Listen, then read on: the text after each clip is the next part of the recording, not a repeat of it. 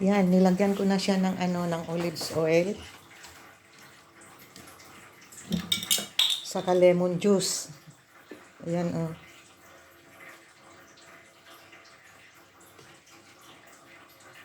Lagyan natin all around ng lemon, mantika, olives oil, tapos ng kunting tubig.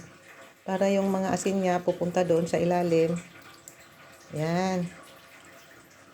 Kunting tubig lang. Huwag masyado. Ayan. Kaya, pag kumukulo siya hanggang sa, maluto siya.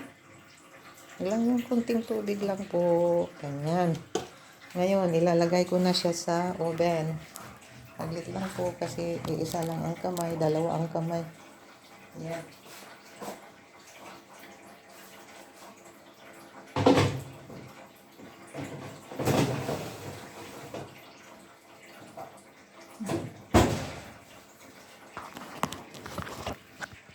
Tapos, i-open natin sa up and down yung oven. Up and down. Tapos, 180. 180. Ay, naku, tumba. Ayun siya. It takes 45 minutes going to be ready. Ayan po, nasa loob na siya ng oven. Lulutuin natin ng 45 minutes and then it gets ready.